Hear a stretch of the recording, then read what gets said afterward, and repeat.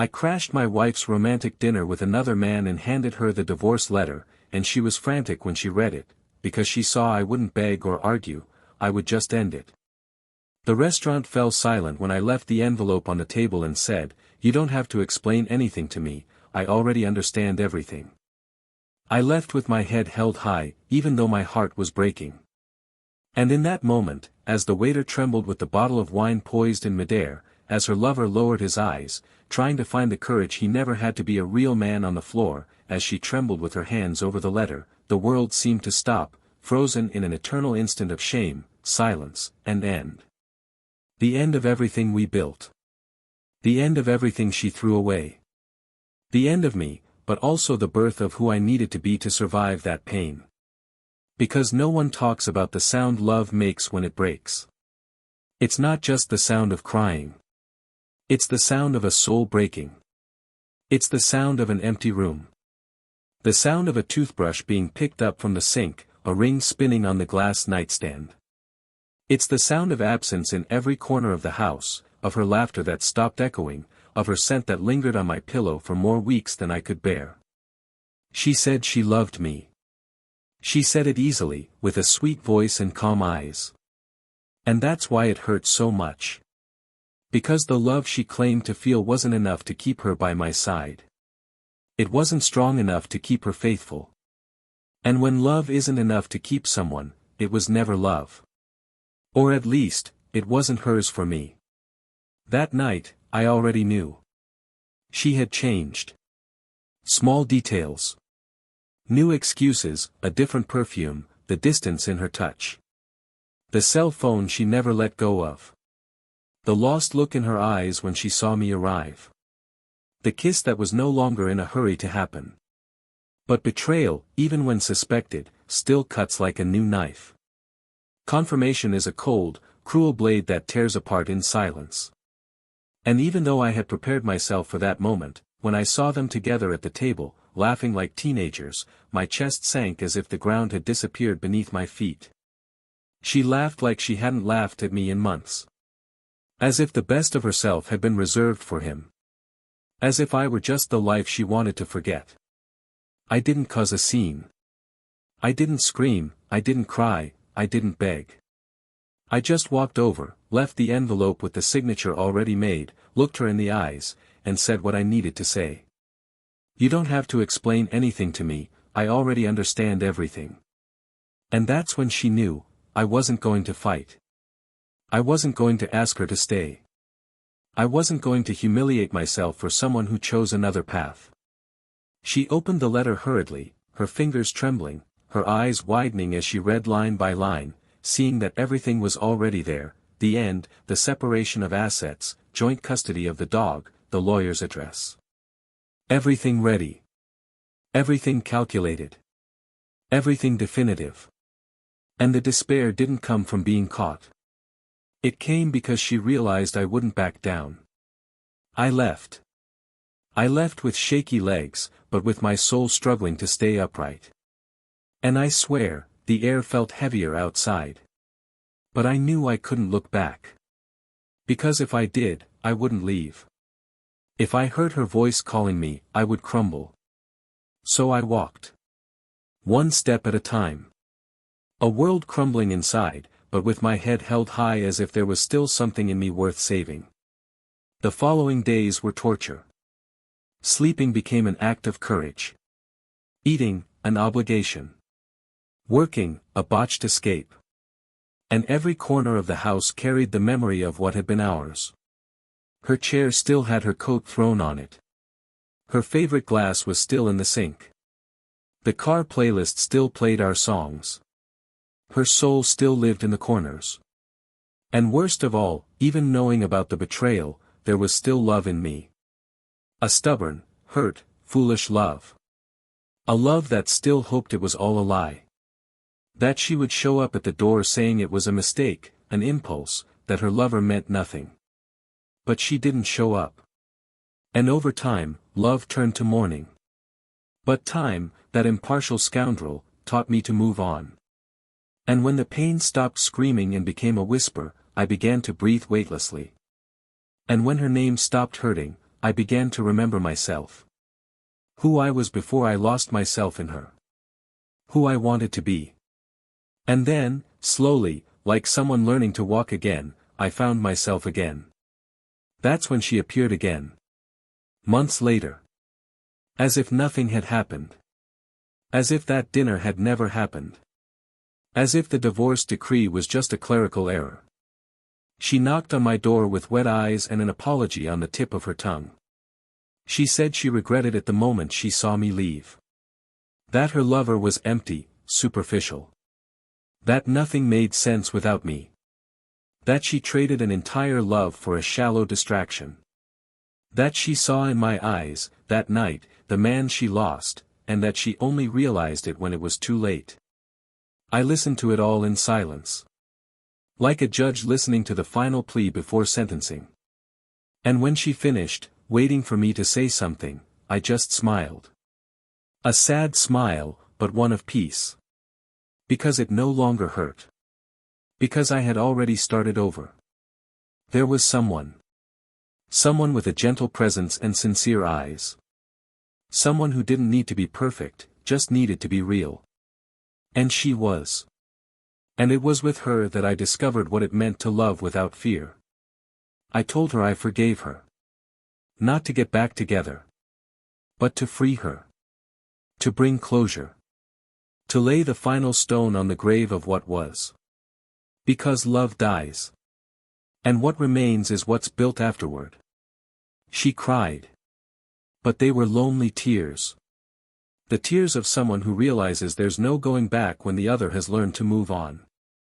A few weeks later, I ran into her again by chance. And that's when everything changed. Because for the first time, she saw me smiling. A real smile. A light, full smile. I was holding another woman's hand, walking slowly, and there was a peace in me that had never existed in our last years. And she, across the street, stood still. Her eyes wide. Her mouth half open. Her heart, perhaps, in pieces.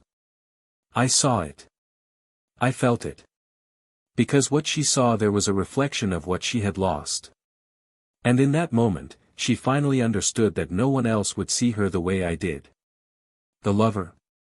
It was already past. A forgotten name. A colorless memory. She tried to pretend she was fine, that she was moving on, that she was happy. But her gaze knew no lies. And there, faced with what she'd lost, she fell silent. And me? I moved on. Because there are things that can't be recovered. Loves that can't be repeated. And decisions that, once made, condemn us to live with the consequences. But there was still something to come. Something she never imagined. A twist of fate. A silent but devastating twist. Something that would put an end, not only to our story, but to her hope of one day being seen by me in the same light. And when that happened, even her silence screamed. Welcome to the channel. Here, no form of betrayal is romanticized or justified. The stories you will hear are fictional, but they carry hard truths, because betrayal it doesn't just hurt, she destroys lives, homes, trust and true loves. Each narrative is a mirror of the choices and consequences that no one wants to experience, but many provoke. Now take a deep breath. Get ready. You are about to hear a shocking, intense and unforgettable story. His name was Ethan, hers, Claire. Two simple names, but they carried the weight of a story that began with an unpretentious encounter at a corner cafe on a random September afternoon. There was no movie scene, no cinematic glances with music playing in the background. Just a coincidence of schedules, a long line, and the chance occurrence of her dropping her cell phone. Ethan caught it before it hit the floor. Claire smiled with the gratitude of someone who didn't expect kindness from a stranger. And in that smile, he saw a peace he couldn't find anywhere else. She wasn't the kind of woman who drew attention wherever she went. Not that she wasn't beautiful, she was, but what really stood out was the calmness in her eyes, her soft voice, and the way she listened as he spoke, as if every word mattered. She liked details, comfortable silence, listening more than talking. Ethan, on the other hand, came from a chaotic routine, surrounded by noisy people, quick decisions, constant pressure. Claire was the respite he didn't know he needed. They began with casual conversations that soon turned into dates, dates turned into weekends together, and before they knew it, the empty spaces in each other's routines no longer existed.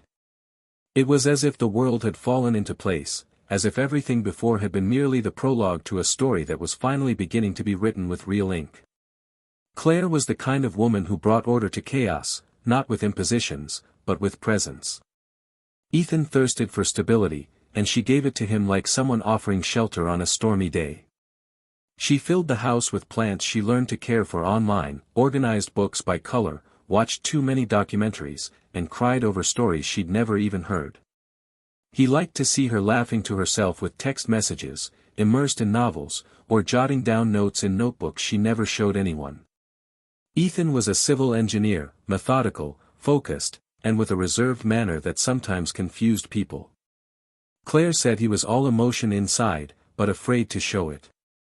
With her, little by little, he allowed himself to be less rigid, more relaxed.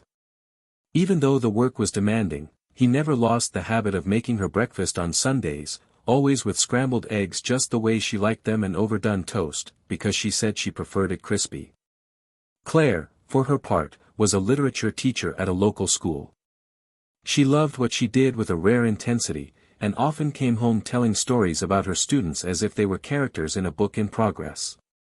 Ethan listened to everything, laughing at her imitations, the unusual situations of everyday life, the way she was enchanted by the ordinary. It was this enchantment with life that made him fall in love with her all over again every day. Their relationship was made of small gestures, not grand declarations.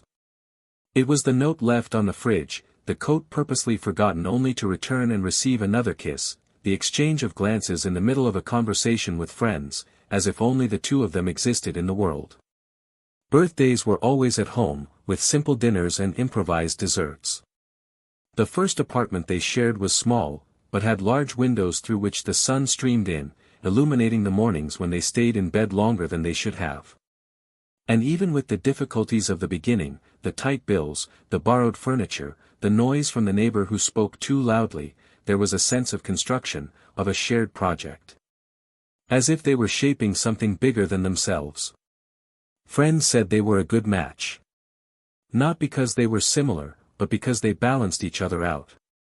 Ethan with his almost mathematical practicality, Claire with her soul made of poetry. Their trips were planned by her, but organized by him. She chose places for their stories, he for their comfort and security. And amid their differences, they always found their way back to each other. No relationship is made up of only good times, and they also had their crises. Some quieter, others more heated. There were periods when Ethan's work was so demanding that he could barely eat dinner at home, and Claire, though understanding, felt alone. There was a time when she considered pursuing a master's degree in another city, and he feared losing what had taken so long to build. But in each of these phases, their love seemed stronger than their disagreements. They chose each other again. And that was what mattered. After 5 years of marriage, they bought a bigger house. Claire wanted a garden. Ethan wanted space for an office. It was a house with a porch, trees out front, and quiet neighbors. The move marked a new cycle. A phase in which they began to talk about children, about the future. She started painting again, something she'd done before becoming a teacher. He encouraged her, saying he loved seeing her with paint in her hands, even if it made a mess. Claire talked about opening a small bookstore, a long-time dream, and Ethan listened with eyes full of pride, even if worried about reality. They made plans. And even on ordinary days, there was a sense of mutual security. As if they were on the same side, always. At Sunday lunches, Claire would talk about books, about characters who resembled real people, and Ethan would make sarcastic comments about how her stories were always too sad. She would laugh, saying the sad stories were more beautiful. And he would say he preferred the happy ones because he'd seen too much sadness in real life. In those moments, there was something vulnerable in his eyes, and Claire would embrace him as if she understood without needing to ask. She'd always had that gift, of understanding without intruding. Of listening to his silence and knowing what was there. That was why he loved her so much. Or at least, that's what he believed. But there were also small changes. Nothing that sounded like an immediate warning, just nuances. The quicker kiss, the text that took a long time to be answered, fatigue justifying absences. Ethan started working more, losing track of deadlines. Claire started going to bed earlier, saying she was exhausted. Their conversations became shorter. They didn't fight, but the silence between them began to grow longer. He attributed it to the weight of routine, to this phase, to adult life that demands too much. And he tried to compensate with flowers on random days, dinners out, attempts to recapture the spark that seemed to be fading.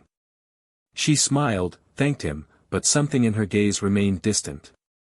As if she were there, but not entirely. Ethan began to observe more. Not suspiciously, but with the look of someone who senses something is missing and tries to understand what. Claire was becoming more vain, which wasn't a problem, on the contrary, he liked seeing her confident. But there was an air of mystery in her gestures, something she'd never had before. Little white lies began to emerge, vague explanations about where she'd been, laughs into the phone that ended with the screen facing down. He tried to ignore them, tried to trust them, but intuition, even when silent, screamed somewhere in his body. Even so, he carried on. He continued loving, continuing to invest, continuing to believe. He cooked dinner even when he was tired, listened to her stories even when she seemed absent. He remembered birthdays, the little details. He tried to rekindle what was slowly beginning to fade. Claire, for her part, seemed torn between two worlds. There was an emotional exhaustion in her that Ethan no longer knew how to reach. A kind of distance that no trip together, no gesture of affection, no conversation seemed capable of bridging. Still, the house was alive. There were still pictures on the walls, occasional laughter, movie nights with popcorn on the couch. There were still moments when everything felt normal. And that was exactly what made it so confusing. Because the line between love and loss isn't always clear.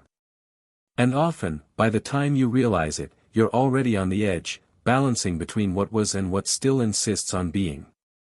And then came restaurant night. The date had been set for weeks. A special dinner, she'd suggested it herself. A new, more sophisticated place, with reservations made in advance. Ethan had gone to the tailor days before, carefully choosing his shirt. It wasn't just about the outfit, it was about trying to impress, to perhaps rekindle something. To show he was still worth it. He believed in it. He believed love endured. And when he walked into that place, his heart aching, nothing in the world could prepare him for what he was about to find. And nothing, absolutely nothing, could prevent the silence that would take over everything in the next moment. But this is a part of the story that will only be revealed when it is impossible to ignore. Because before the end, it is necessary to understand what was being lost little by little. No shouting. No warnings. Only with the cruel silence of choices yet to be made.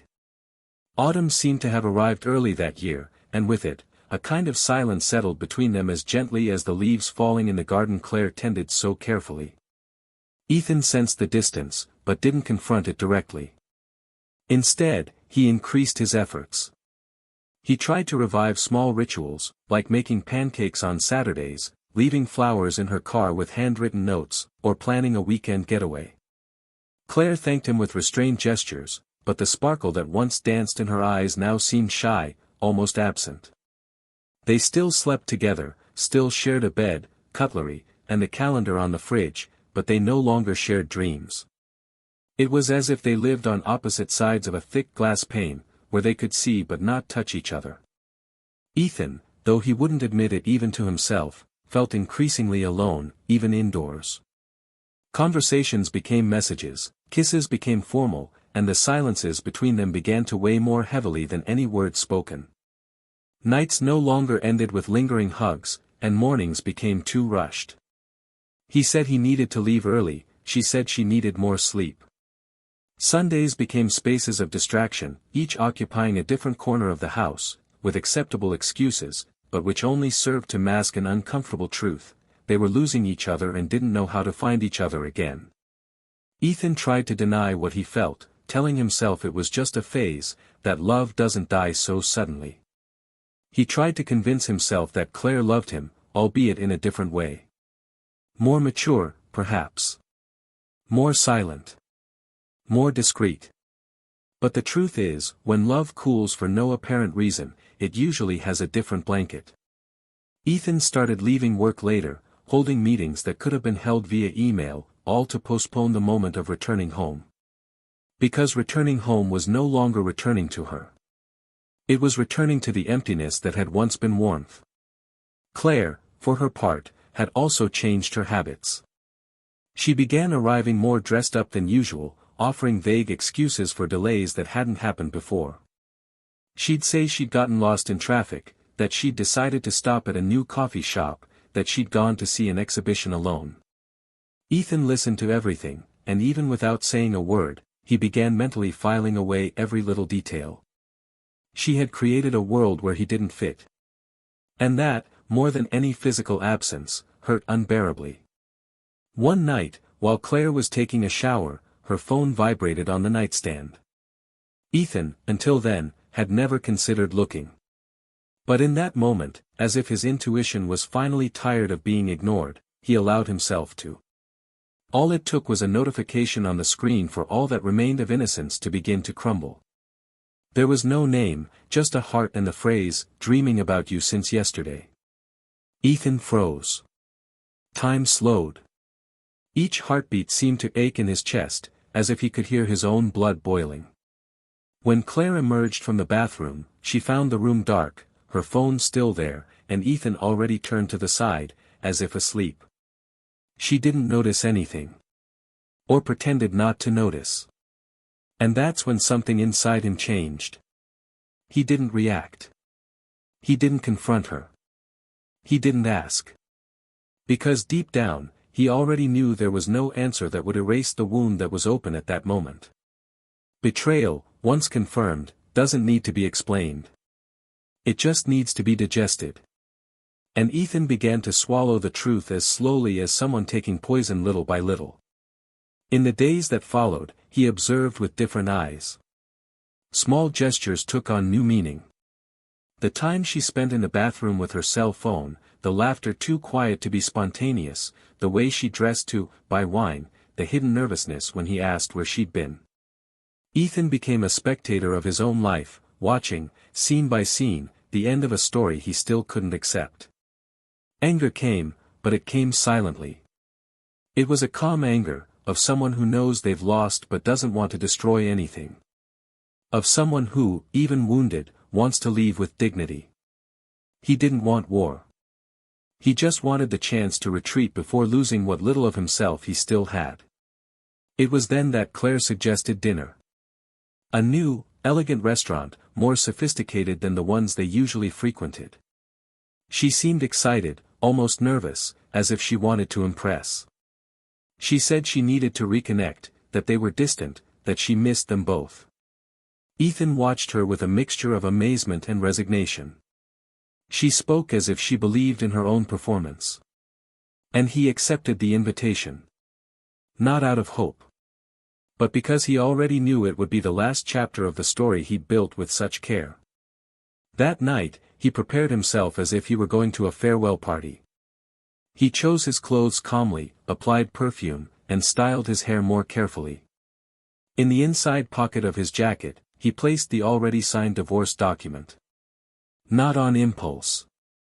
But because he understood there was no point in talking anymore, nor trying to salvage what she had already destroyed with her choices. He arrived at the restaurant ahead of schedule, observed the crowds, and took a deep breath.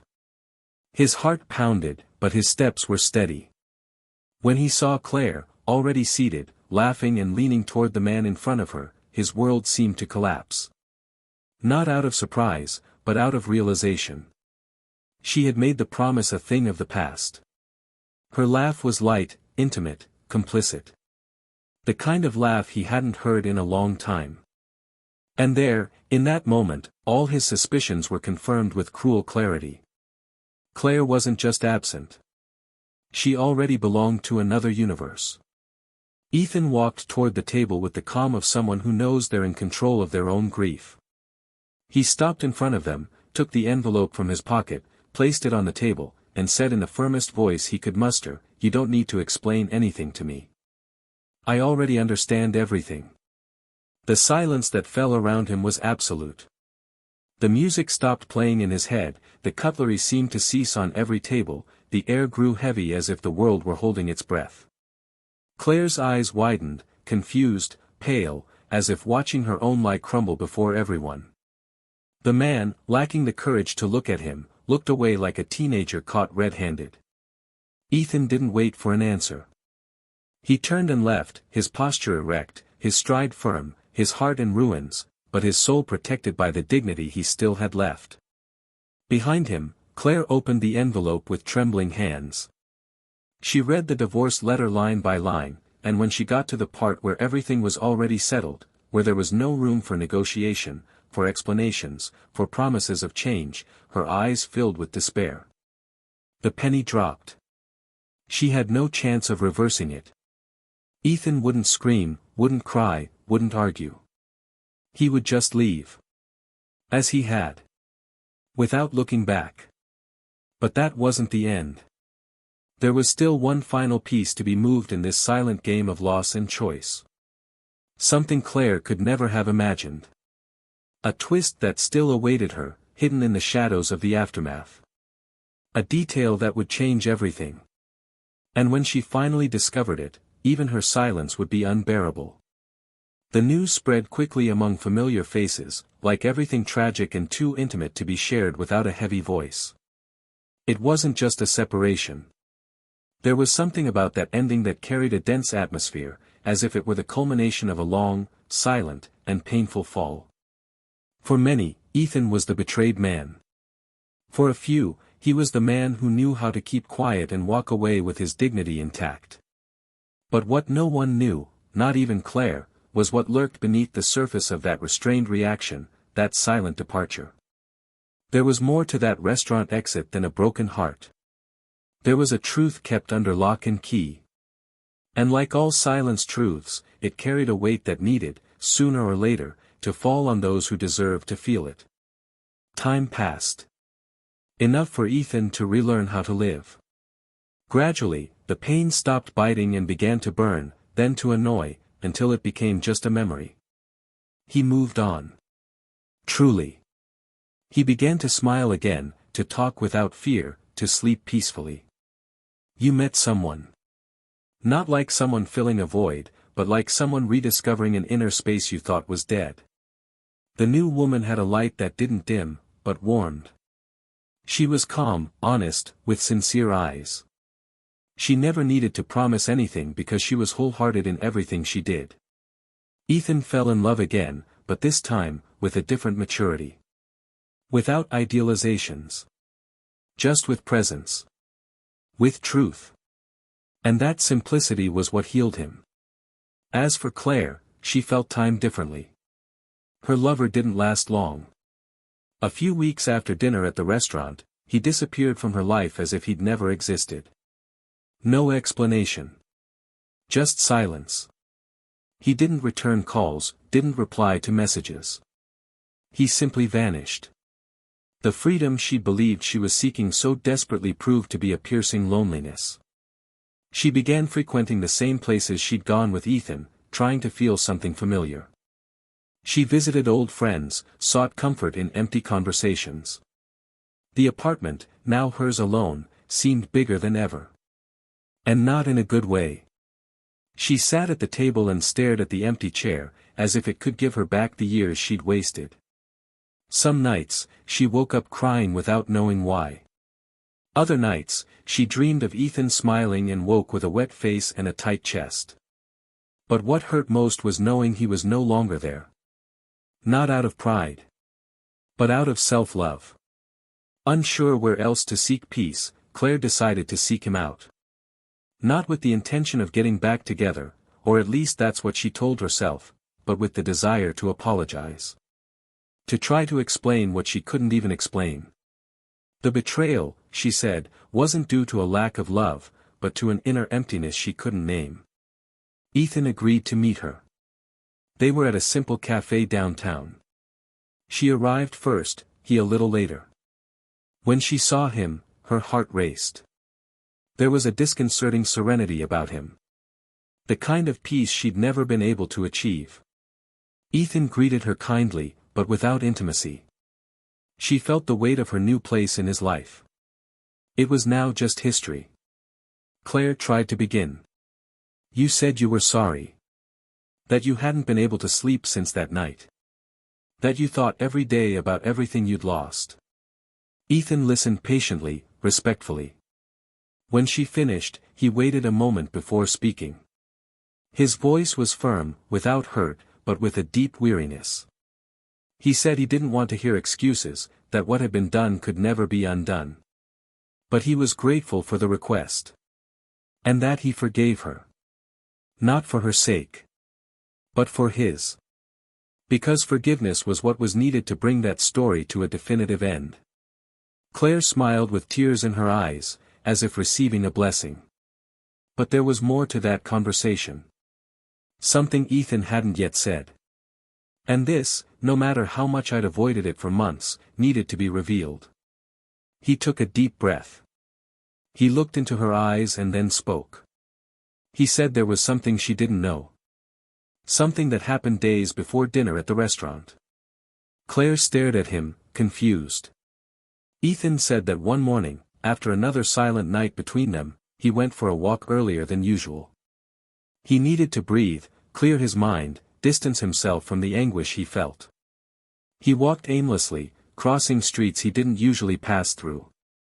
And then, as if by chance, or fate, as you prefer, he spotted a familiar figure in the distance. It was Claire. Sitting in the same coffee shop where they'd met, but she wasn't alone. She was smiling. But it wasn't just any smile. It was that smile. The same one he hadn't seen in months. The one that had once been his alone. She was smiling at another man.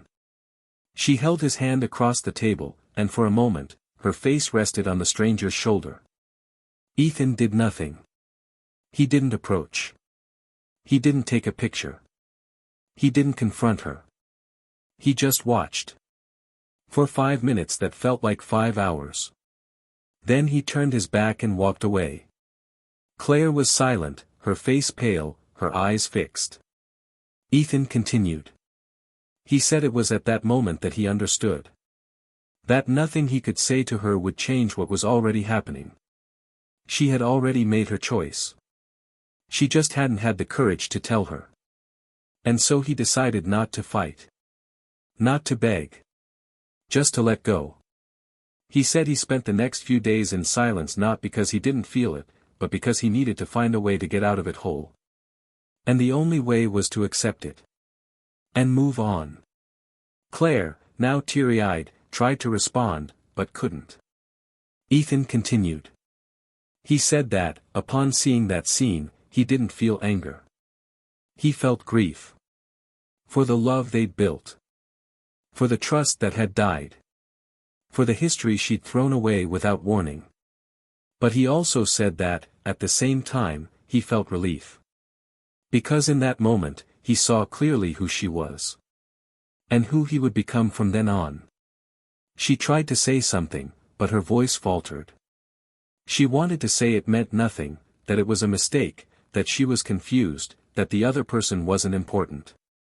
But the words lost their meaning in the face of Ethan's firmness. And then he finished. He said he would never wish her harm. That he hoped she found the peace she so desperately sought. But that the pain she caused would forever be part of his own story. That he moved on. That he was happy. Not out of revenge.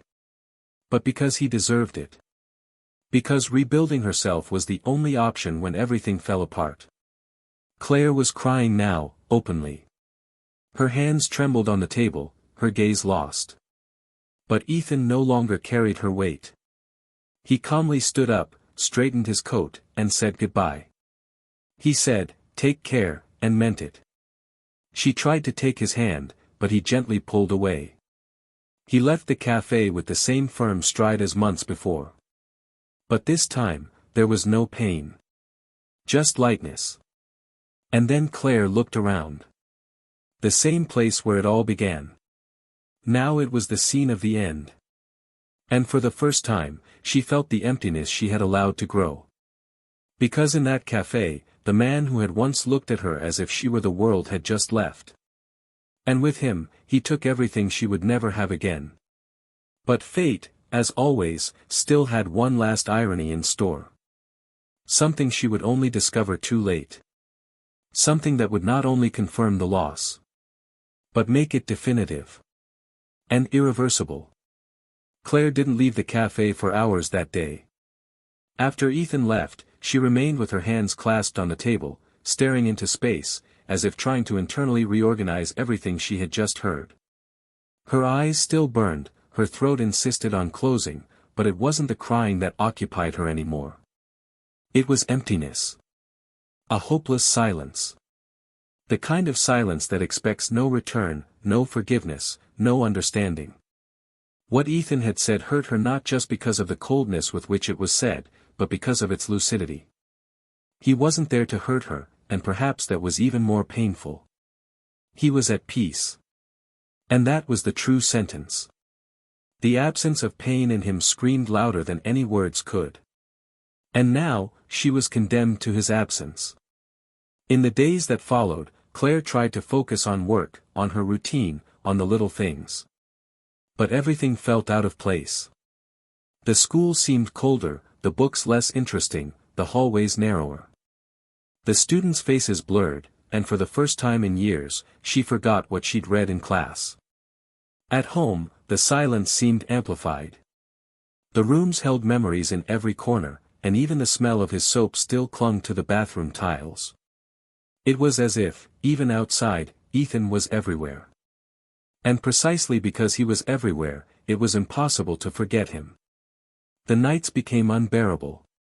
The pillow lost all comfort, and the clock seemed to mock her insomnia. Claire instinctively reached for her cell phone, but there was no one to text. She flipped through old photos with the care of someone handling broken glass, and wept silently. She called her sister, tried to justify her absence at a family lunch, and heard only the dry voice on the other end saying there was nothing left to explain. "You lost the best man I ever knew," were the words that echoed after the line dropped. And with them, another piece of her world fell apart. What Claire didn't yet know was that fate, ever observant and cruel in its punctuality, was still preparing the final blow. The true weight of her choices was yet to come. Unsure of where else to hold on, she decided to head to the bookstore where she knew Ethan usually spent his Saturday afternoons. She expected to find him alone, perhaps leafing through a technical book or sitting in the back with a coffee. She wanted to watch him from afar, just to see if there was still any room for improvement. She arrived early, and her heart raced when she saw him enter minutes later. But he wasn't alone. There was a woman beside him. Tall, with her hair tied in an unassuming bun, she smiled naturally as she spoke to him. Ethan smiled back. It wasn't a polite or friendly smile. It was a full smile. A serene, knowing smile, filled with intimacy. Claire froze. Her chest tightened with an intensity that made her body instinctively recoil. She watched, hidden between the shelves, as the two walked among the books, exchanging glances, sharing silent comments, as if their language was unique. He slipped his arm around the woman's back naturally, pulling her gently closer when she laughed too loudly. It was a slight gesture, but deeply intimate. And in that moment, Claire understood. Ethan hadn't just followed. He'd found something new. Someone who now occupied the space that had once been hers. Unaware of what she was doing, she left unseen, her hands trembling and her eyes brimming with tears. She wandered the streets aimlessly, feeling her throat tighten, her breath short, her world shrinking. She arrived home and collapsed on the living room floor. She cried like she hadn't cried since adolescence. She cried out of regret, out of selfishness, out of pride, for everything she had been, for everything she had destroyed. But what hurt most was knowing that none of it would bring Ethan back. And that even if he did, he was no longer hers. He belonged to someone else. In the days that followed, she tried to get back on her feet. She scheduled therapy, started painting again, and tried to fill her time. But every attempt felt artificial. Everything was an attempt. And they all failed. A month later, she ran into a mutual friend she hadn't seen in a while. They sat at a cafe to catch up, and the conversation inevitably turned to Ethan. The friend, with a cool delicacy, revealed something Claire never imagined she'd hear. She said that, weeks before dinner, the man Claire had cheated on her with, the one she believed she'd gotten involved with out of desire, need, or confusion, had contacted Ethan. Claire's blood ran cold. Her friend explained that she didn't know the details, only that Ethan had received an anonymous call, and after that, he'd changed completely. He seemed calm, centered, determined.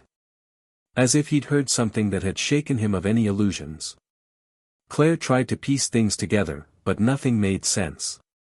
What was that call? And why hadn't she known about it? The answer came through a stroke of luck as cruel as it was revealing. Months later, while searching for an old book in the school library, she found a notebook she hadn't seen in years. Inside, a letter. Dated almost a year before the end of her marriage. It was a letter from Ethan himself. But not to her. It was to the man with whom she'd cheated on him. She'd never known the letter existed. And when she read it, the ground dropped out from under her feet. In the letter, Ethan said he knew. That he had discovered. That he didn't need physical proof to know when the love of his life had already given herself to another. He spoke about what it was like to love in silence, about the pain of sleeping next to someone who no longer belongs to us, and about the superhuman effort he made to keep from going mad. But what surprised Claire most was the final passage, where he said he forgave the other man, not out of pity, but because he had already taken from her what mattered most, the truth. And the truth, once lost, takes everything with it. He said he wouldn't fight, wouldn't make a scene, wouldn't compete. Because true love isn't fought for. It's recognized. And if hers no longer recognized him, he would accept it. Claire held the letter with trembling hands. It was as if each word was a mirror showing the woman she had become. A woman who lied, deceived, destroyed. And all for something that didn't even last. That was the night she understood the karma fate had in store for her. It wasn't public. It wasn't humiliating. It was discreet, internal, subtle. But as devastating as any punishment. The true punishment was seeing, with her own eyes, the man she destroyed become a better man without her. Seeing the love he offered being given, with even greater intensity, to someone else. And knowing, deep down, that I would never be loved that way again. And the cruelest part? Knowing that time would not bring reparation.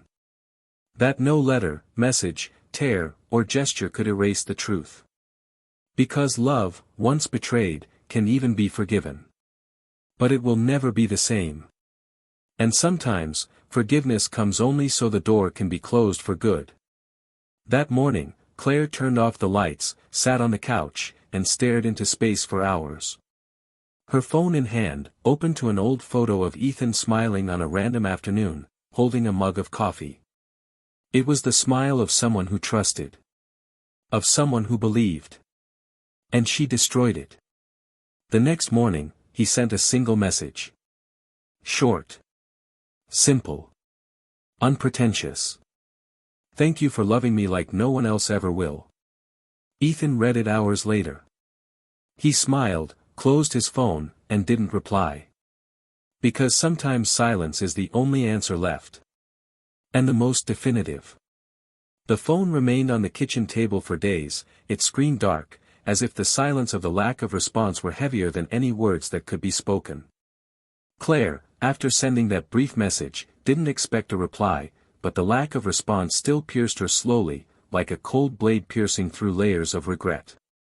The world around her continued to function, people continued to smile, make plans, love, betray, be happy or unhappy in their own circumstances.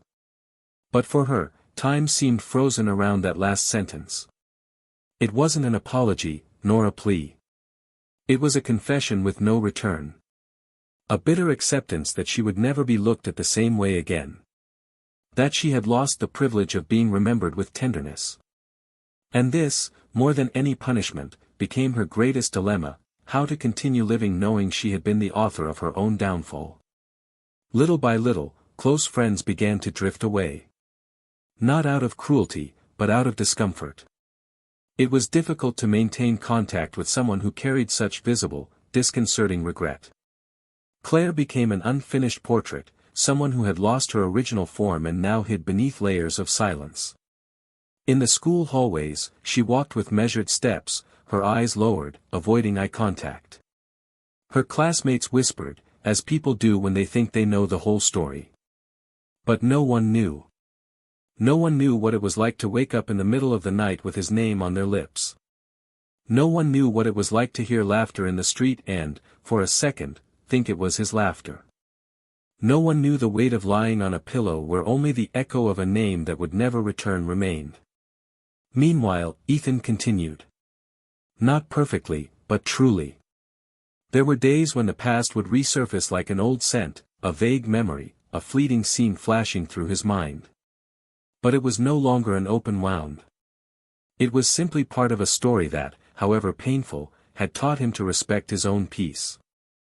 With his new partner, he built something different, not an attempt to replicate the past, but a mature version of what it means to share your life with someone. It was a love that didn't require daily tests or constant repairs. It was peaceful. And this tranquility was the greatest victory for those who have known torment. One afternoon, while sorting through some old books, Ethan found a worn-cover notebook. Flipping through the pages, she came across notes she'd made early in their marriage.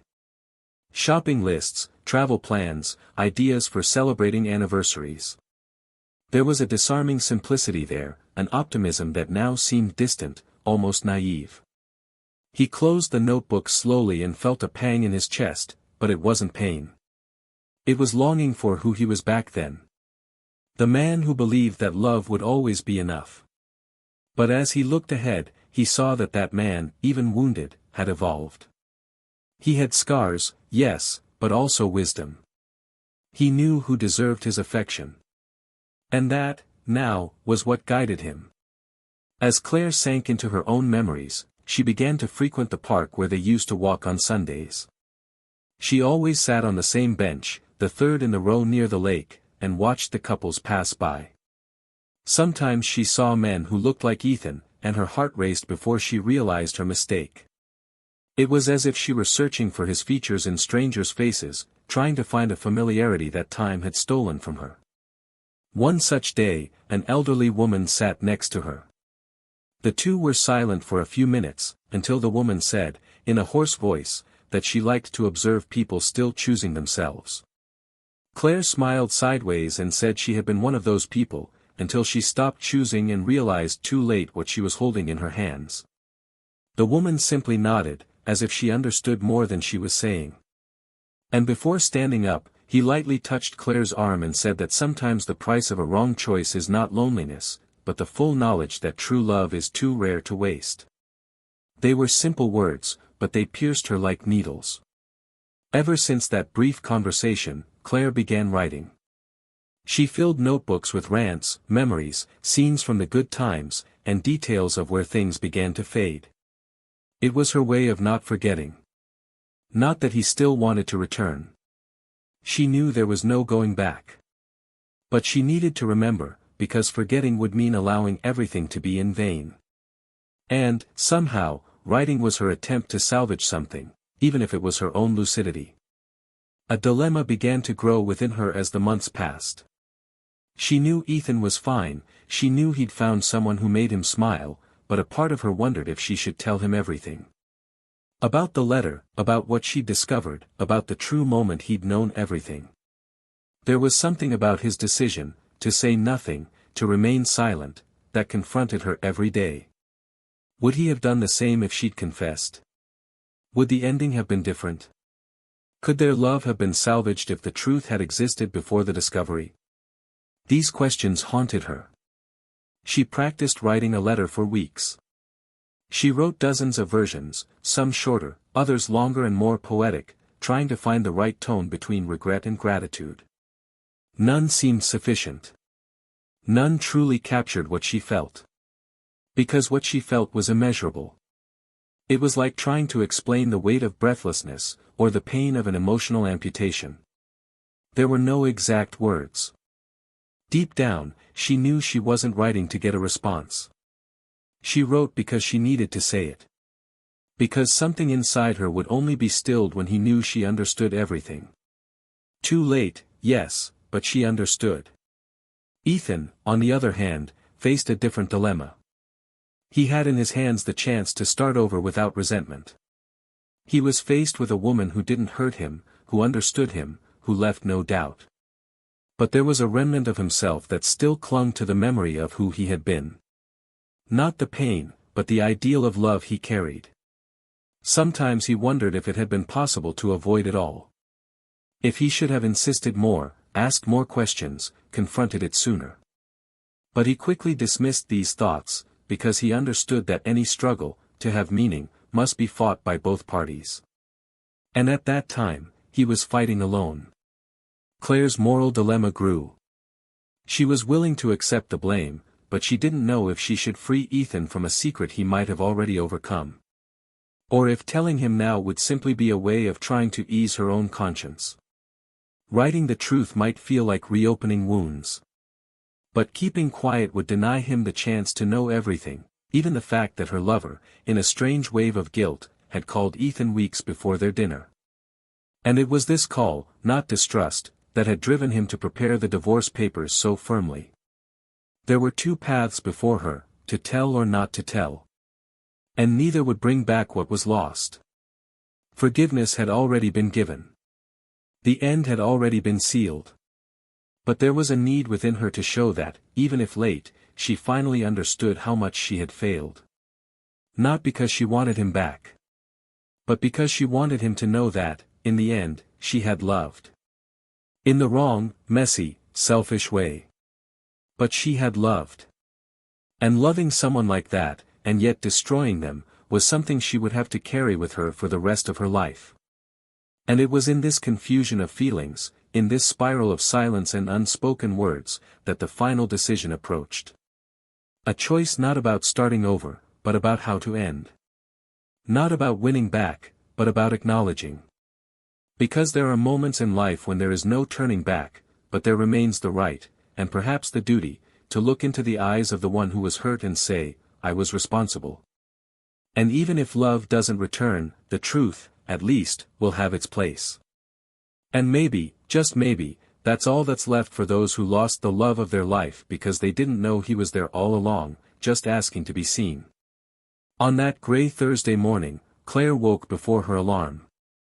There was no longer any reason to stay in bed, nor the illusion that time would resolve the dilemmas that insisted on silently burrowing into her chest. The previous night had been another one of those nights where sleep came in fragments, interrupted by memories and scenes she'd rather forget, but which replayed themselves with surgical precision in her memory. His face, the sound of his voice, the way he adjusted his sleeves before leaving, everything was still vivid within her. But above all, there was the silence of the answer that never came. That definitive absence had transformed the pain into introspection, and now she felt that Ethan's forgiveness wasn't enough. Not until he learned how much she knew, how much she now understood what he'd lived through in silence. Claire had a decision to make, and she knew she couldn't put it off any longer. He poured the coffee without thinking, without even tasting it. His mind was occupied with words. Unwritten, unrehearsed. Words that came in a pulse, almost like irregular breathing. After weeks of ruminating on the idea, he decided it was time to seek him out once more. Not to get back together, not to try to undo the irreparable, but to finally conclude the story with the one thing that hadn't been between them in the end: truth. The raw truth, the one that tears but also frees. He wanted to tell you about the letter he'd found, about his lover's phone call, about what he'd discovered long after the night at the restaurant. You wanted to tell him you understood. That only now could you see who Ethan truly was in that relationship, a whole man facing a fragmented love. She'd learned from a mutual friend that he was attending a small community event at the neighborhood cultural center, something related to his new wife. Yes, they were now married, and his work in early childhood education. The news of their union had reached Claire like a sharp blade, not because she expected to get back together, but because it made it official, beyond any shadow of a doubt, that there was no longer any room for her, not even in the shadows of his memory. Even so, she decided to go. She knew it wouldn't be easy, that she wouldn't be welcome, but there was a burning urge in her heart to be honest, once and for all. And not for him. For her. For everything she'd neglected, for everything she'd destroyed, for everything she'd learned too late. She arrived at the venue wearing a discreet dress, her hair tied in a low bun, her eyes hiding sleepless nights. She watched from afar as he chatted with a few people, smiling lightly, naturally. There was a glow there she hadn't seen in a long time, perhaps ever. Beside him was his new wife, and Claire didn't have the courage to look at her for long. She was beautiful, but with a simple beauty, the kind of woman who needed no adornment to light up a room. There was something serene in the way she touched his arm as she spoke, as if that physical contact were part of breathing. Claire felt a knot in her stomach, but didn't let herself be carried away. She waited for the right moment, approached slowly, and called his name in a soft, almost whispered tone, as if apologizing for simply being there. Ethan turned and looked at her with restrained surprise. There was no anger, no discomfort. But there was no longing either. Just a steady mirror, reflecting who she was now in his eyes, a woman left in the past. She asked for a moment alone, and he gently excused himself from his wife, who discreetly stepped aside, offering space without showing any discomfort. They walked to a more secluded area of the cultural center, near one of the reading rooms. Claire hesitated for a moment, took a deep breath, and began to speak. There was no rehearsal, no script. Just raw, confused, and uncontainable feeling. She told him about the letter she found, about its impact on her, about the time it took her to understand his silence. She told him about the call her lover had made, about how he had known everything before he even saw her with another man.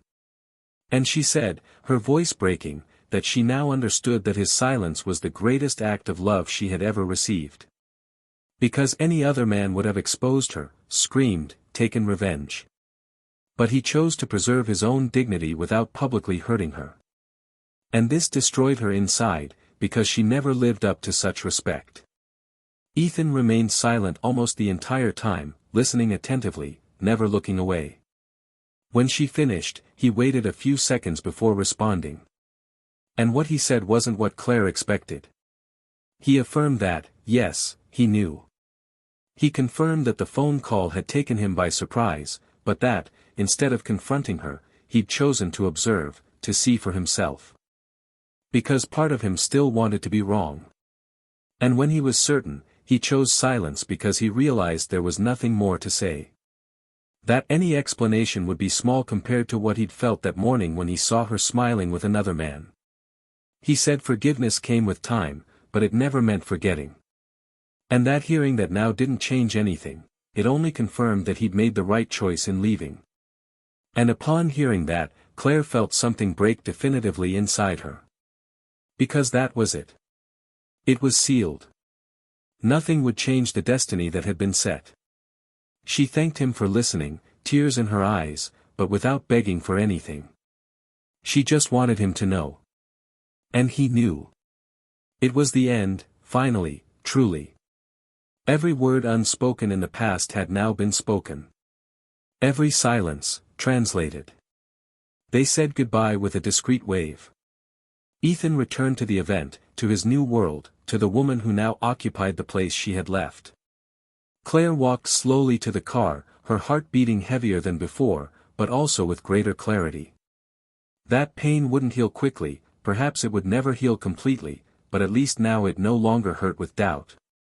It hurt with loss. A loss she had brought upon herself, and which she now needed to accept. In the following months, Claire redirected her life. She began writing for a small local literary magazine, sharing chronicles and essays about feelings few people have the courage to name. Writing became more than a relief. It became her silent redemption. She didn't seek approval.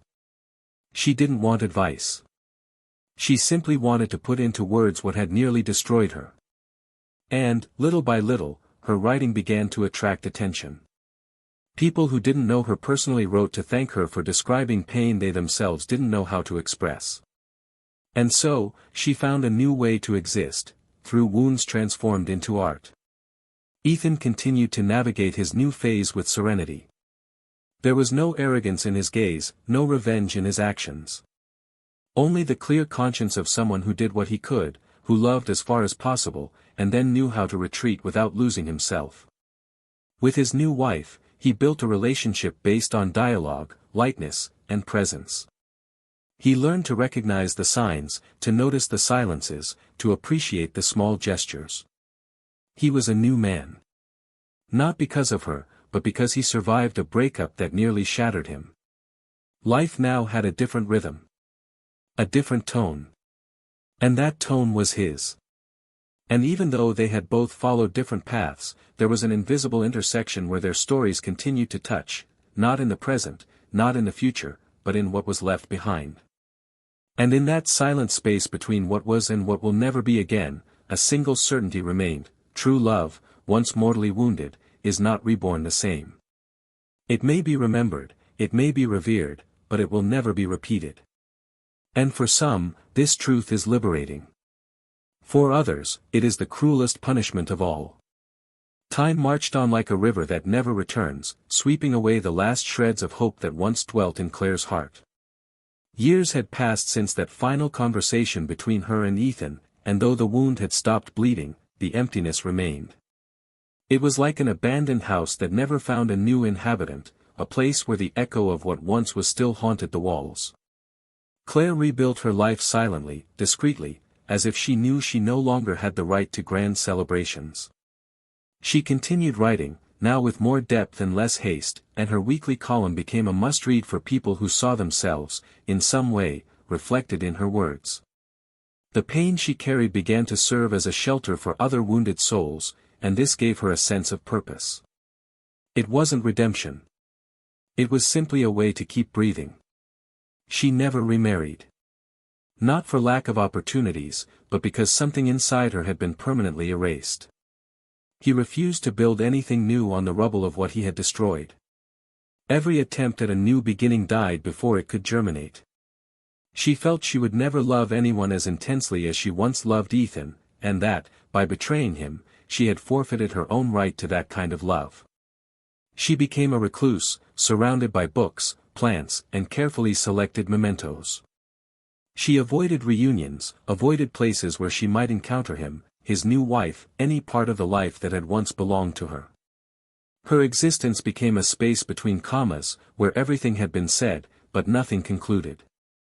In the few conversations she still had with old friends, she avoided talking about him.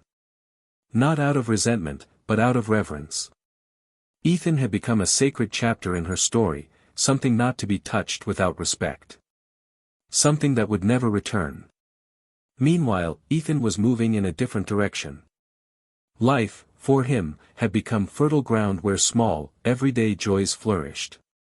He now had a different family, built with care and maturity, where love wasn't made of promises, but of presence. The woman by his side was unlike anything he'd ever experienced. She didn't bring euphoria, didn't demand proof, didn't create unattainable expectations. She just was. And that was what made him love her, her constancy, her transparency, the fact that he never had to question whether he was enough. Together, they built a simple but true life. With short trips, long breakfasts, and sincere conversations late into the night. Ethan had learned to recognize the signs of heartbreak and no longer allowed ghosts from the past to prevent him from living in the present. He wasn't a bitter man. He was a man who, after nearly being destroyed, chose to rebuild himself with dignity. Years later, at a local literary event, Claire's name appeared as one of the guest authors. Ethan saw the poster by chance while walking with his daughter from his new marriage one random weekend. For a moment, he hesitated. Not because he wanted to see her, but because a part of him understood that this would be the last connection between them. The last time they would be, albeit silently, in the same room. He decided not to go. He smiled at the poster and continued walking, his daughter tugging at his hand and asking why he had suddenly stopped. He simply replied that he recognized an old acquaintance. And said nothing more. Because there was nothing more to say. Claire, for her part, noticed his absence. Deep down, she hoped he would appear. That he would read one of the texts and know that, albeit in different words, he was in every line. But he didn't. And that was, once again, confirmation of what she already knew: their story was over for good. One night, Claire wrote a text that moved readers across the country. It chronicled what it's like to lose someone still alive. About how some deaths don't happen with the body, but with absence. The text went viral, shared on forums, book clubs, and lectures. People wrote saying she had translated their greatest pains. But Ethan didn't read it. Not out of indifference, but because he learned that some words need to be left in the past. Sometimes, healing lies in not reopening wounds, even if they come in the form of poetry. The last time their paths crossed was brief, almost imperceptible. On a rainy morning, as Ethan dropped his daughter off at school, Claire walked down the same sidewalk, her hair wet and carrying an umbrella too small to protect her entire body. She saw him first. She stopped for a moment. She watched from afar. He didn't see her. He was laughing with his daughter, crouching down to tie her shoelace. There was a tenderness in that gesture that completely disarmed her. Claire stepped back, turned her back, and walked on. She cried, but not from pain. She cried because she understood that this was the end. An ending without a scene, without conversation, without formal closure. It was just that, two strangers who once loved each other deeply, crossing paths by chance in the midst of life. And heading in opposite directions. And that's how the story ended. Not with dramatic new beginnings, nor with unlikely reconciliations. But with the kind of ending that most closely resembles real life, one in which there isn't always justice, nor always complete healing, but always consequences. Claire continued writing, collecting praise from anonymous readers, living among the words that were now her only refuge. Ethan remained a present father, a caring husband, and above all, a man at peace. They both walked, but along paths that would never truly cross again. If you've made it this far, this story definitely touched you in some way.